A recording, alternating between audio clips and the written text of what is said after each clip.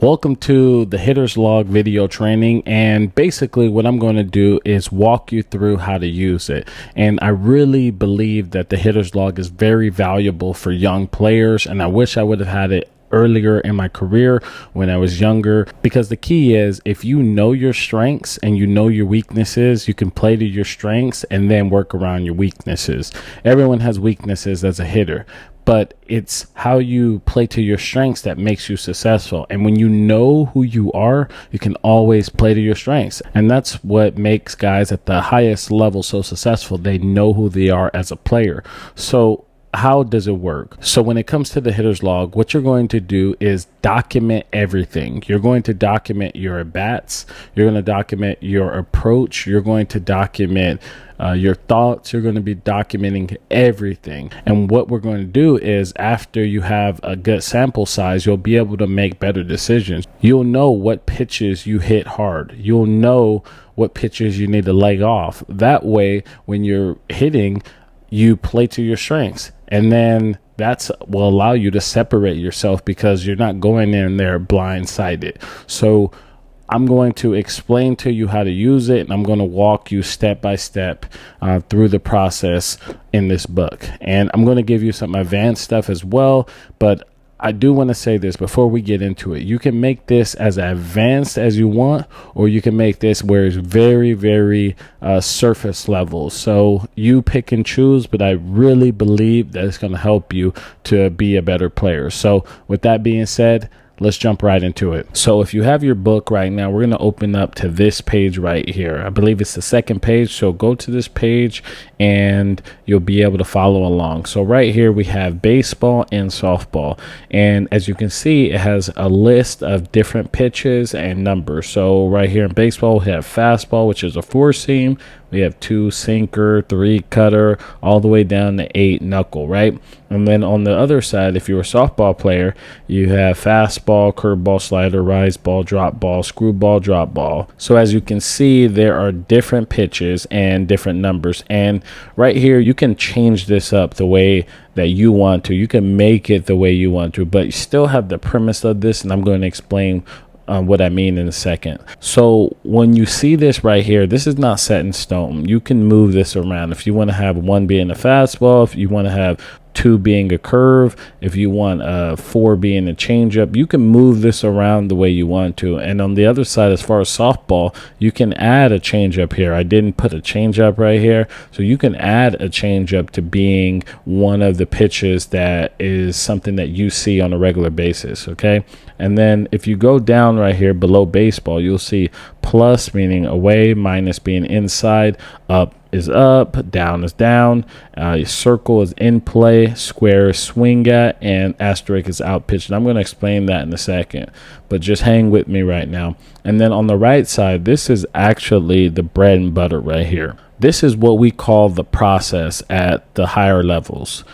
Basically, this is what you want to shoot for. A lot of young players, what they do is they're saying, I need to get a hit, I need to get a double, I need to get a triple, I need to hit home runs, I need to be successful. And yes, you do need to be productive, but how do you do that? You got to create a process to get those results. So this is the process. So this is what we're shooting for, a quality at bat. This is the process I use to hit 300. So you can use this for at any level. Just you're always trying to get a Q. And what does that mean? If we go right over here, you see there's a Q and there's a no Q.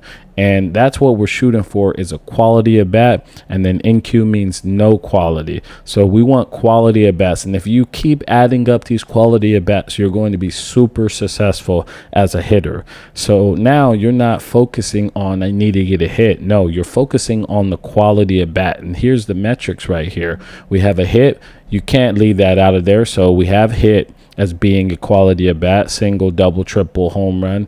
We have 7 to 8 pitch at bat from the data at the professional level. If you have a pitcher throw 7 to 8 pitches, that is super quality, because what happens is the pitcher gets mentally exhausted and they start to throw more mistakes, and they've done data about this. So 7 to 8 pitches is a quality at bat. So if you're a young player out there and you have a pitcher throw 7 to 8 pitches and you strike out, that's still a quality at bat, because you made the pitcher throw a lot of pitches, and now he's going to, be less as focused later in the game because you made him throw a lot of pitches. And I'm not saying you're going up there taking pitches. You're still ready to hit, okay? But let's just say, you're taking the balls and you're swinging at the strikes, you're fouling pitches off, and it's a really, really good at-bat. That's definitely a quality at-bat. So if you strike out or if you ground out, whatever, you put a Q right here because that's quality. The next one is walk. That's a team at-bat. That's good. It's productive for the team. Hit by pitch, productive. Hard contact. That's what we're shooting for as a player. We want to hit the ball hard, okay? The more you can hit the ball hard, the better you're going to be in this game. And you could go back to the beginning of, when baseball started. The people that hit the ball the hardest consistently, that's the ones that are successful. So we always want to try to hit the ball hard. So even if you get out and you hit the ball hard, that's a quality at bat because that is positive. That's what we're trying to do as a hitter. That's the process. That's the difference between thinking about hits and not thinking about. You can control hitting the ball hard, but you can't control the hits. So that's a definitely quality at bat. Sack bunt, that's a team at bat. Move runner over, that's a team at bat. We got sack fly, that's a great at bat. That's a team at bat, plus you get RBI. And then line drive, of course, you're trying to hit line drives, so that's definitely a quality bat. Even if you line out, it's Q. And then RBI, obviously, it's quality at bat. So that's the metrics that we're shooting for right here as we're hitting. So this is the process right here, and this is super important. So if we go down right here to the example, I'll explain a bit more on how you can use this. So here's a little example. Right here is a strike. Here's a ball. But before we go into that, the pitcher's name.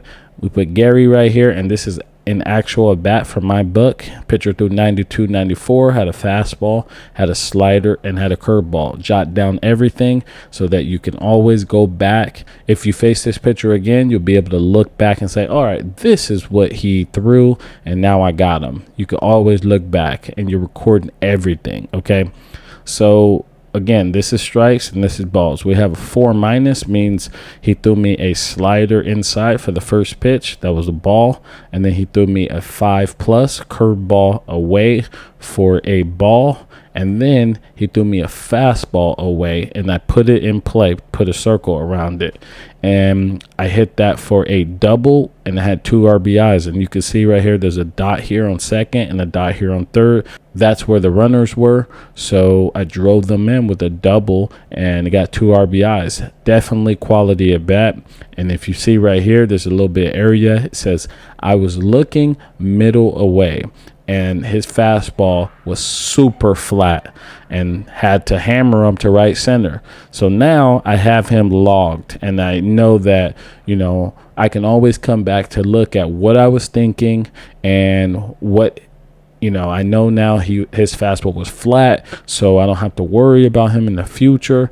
And I know now that I crush fastballs away to the opposite field. So I'm jotting down all this down, and this is going to be very helpful in the future. And then now we go down here. And the first pitch he threw me was a fastball away for strike 1. Threw me another fastball away, and I swung at it and fouled it off. And then that's why I put a square right here. And then 4+ means he threw me a slider, threw it away, and I hit it in play because you put a circle around it, and I grounded out to third base. And that's not a quality at bat. And this guy threw 95, 97, had a fastball and a slider. And as you can see right here, I said I didn't see the ball well. Next time, get ready early. So I gave myself a little tip. Say, all right, if you're in this situation again, you need to get ready early. So I jot down this. So next time I go in the bat and I do not see it well, I can remember that I wrote down and say, next time, get ready earlier. And now I can give myself the best chance. Or if I face this guy again, I can already go back and look at my book and say, okay, I didn't see him well. Let me make an adjustment. Let's try this time.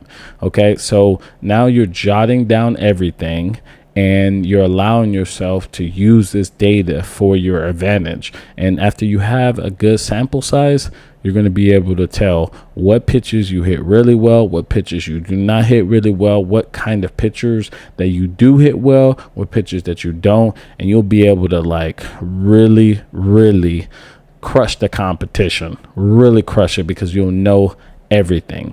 Now, there's something I didn't explain here that I just seen right now that I'm going to explain. Right here, it says fly ball and line drive.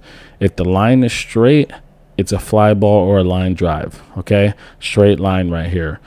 And if it's dotted, it's a ground ball. So right here, dot, then that right there is a ground ball. So we want to make sure we put in this here. And another thing too is if you have a hard contact, you want to put right here HC, hard contact. That was double.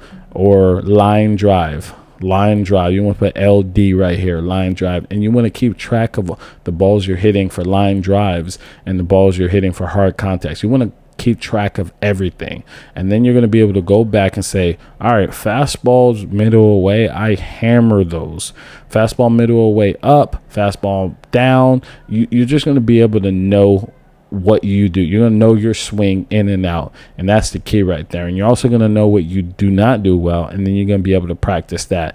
And the way you use this for your advantage is if you go to the cage and you start seeing, okay, these are the pitches I hit well. Now when you're doing your soft toss, you could work on your strengths. Then you could work on your weaknesses. And now you're improving efficiently. Now you are working the best way, instead of a lot of young kids are going to the cages and just taking swings, and they're not working in a way that really suits them to be successful. So right here, this is the first video of the series. There are going to be definitely more. So with that being said, I'll see you in the next video.